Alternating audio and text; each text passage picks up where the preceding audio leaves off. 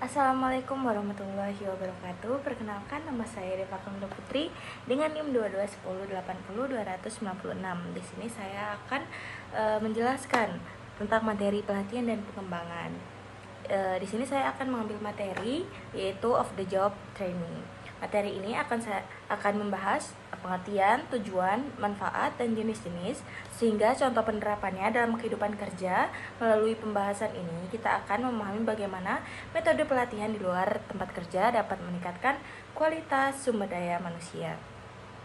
Nah, langsung saja ke pengertian dari pelatihan dan pengembangan sumber daya manusia. Di sini pelatihan dan pengembangan sumber daya manusia yaitu merupakan upaya simetris untuk meningkatkan kemampuan, keterampilan, dan pengetahuan karyawan agar dapat bekerja secara lebih efektif dan efisien.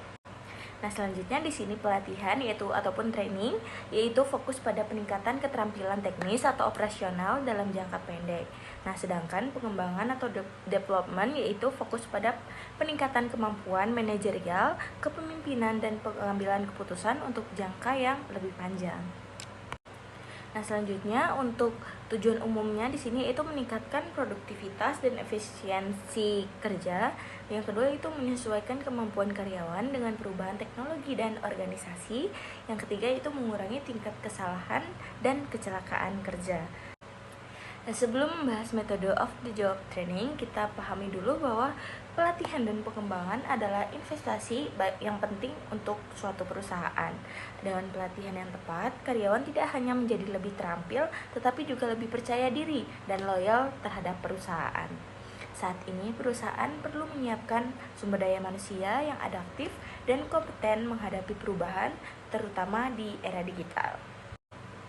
Pengertian of job training. Nah, di sini definisi dari of the job training adalah metode pelatihan yang dilakukan di luar lingkungan kerja sebenarnya, yaitu di mana peserta pelatihan belajar dalam suasana yang terpisah dari situasi pekerjaan sehari-hari. Nah, selanjutnya, of the job training memberikan kesempatan bagi karyawan untuk belajar tanpa harus memikirkan beban kerja seharian. Dengan suasana belajar yang lebih fokus, peserta dapat menyerap teori, prinsip, dan pengetahuan baru yang nantinya akan diaplikasikan di tempat kerja mereka. Metode ini sering digunakan untuk melatih manajerial, komunikasi, kepemimpinan, dan pengusahaan teknologi yang baru. Nah, selanjutnya di sini tujuan dan manfaat of the job training. Nah, yang pertama di sini tujuan utamanya yaitu meningkatkan keterampilan dan pengetahuan baru di luar rutinitas kerja. Yang kedua, yaitu untuk mempersiapkan karyawan menghadapi perubahan teknologi atau sistem kerja. Selanjutnya yang ketiga, untuk mengembangkan kemampuan analisis, komunikasi, serta kepemimpinan. Selanjutnya yang keempat yaitu memberikan pengalaman belajar yang lebih teoritis dan terstruktur. Nah, selanjutnya manfaat bagi organisasi sendiri. Di sini yang pertama yaitu untuk membentuk sumber daya manusia yang lebih profesional dan berwawasan luas. Selanjutnya yang kedua yaitu untuk memperkuat budaya pembelajaran di lingkungan kerja, dan yang terakhir di sini yaitu untuk mengurangi kesalahan kerja karena peningkatan kompetisi.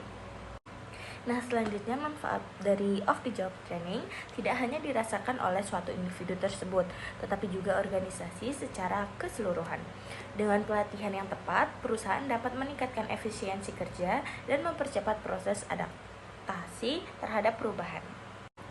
Selain itu, pelatihan ini juga memperkuat hubungan antar karyawan karena saling melibatkan kolaborasi lintas departemen. Nah, selanjutnya di sini ada jenis-jenis of the job training. Nah, di sini bagi metode dapat digunakan bergantung pada tujuan dan karakteristik pelatihan, yaitu antara lain yang pertama di sini ada classroom training, yaitu pelatihan di kelas. Yaitu dilakukan di dalam suatu kelas dengan ceramah, diskusi, atau presentasi. Ini cocok untuk transfer teori dan konsep dasar. Selanjutnya yang kedua di sini ada case study atau studi kasus, yaitu peserta menganalisis situasi nyata untuk melatih kemampuan berpikir secara kritis dan pemecahan masalah. Yang ketiga di sini ada simulation dan role play. Peserta menirukan situasi kerja nyata agar siap menghadapi kondisi sesungguhnya, misalnya simulasi negosiasi atau pelayanan kepada pelanggan. Nah, selanjutnya yang keempat di sini ada workshop dan seminar, yaitu memberikan kesempatan belajar interaktif dan praktikal dengan narasumber ahli. Selanjutnya yang kelima ada e-learning, yaitu metode modern berbasis teknologi digital yang memungkinkan fleksibilitas waktu dan tempat. Nah, jenis pelatihan ini bisa disesuaikan dengan kebutuhan organisasi. Misalnya, perusahaan yang ingin meningkatkan kemampuan analisis dapat menggunakan metode studi kasus, sementara yang ingin meningkatkan soft skill dapat menggunakan metode role play ataupun workshop. Saat ini, e-learning juga menjadi tren karena efisiensi dan mudah diakses. Selanjutnya di sini ada kelebihan dan kelemahan. Kelebihan of the job training di sini yang pertama yaitu lingkungan belajar lebih kondusif dan bebas gangguan. Yang kedua di sini materi pelatihan dapat lebih mendalam dan sistematis. Selanjutnya yang ketiga dapat melibatkan tenaga pelatih profesional ataupun akademisi. Selanjutnya yang terakhir yaitu membuka wawasan baru dari luar lingkungan pekerjaan.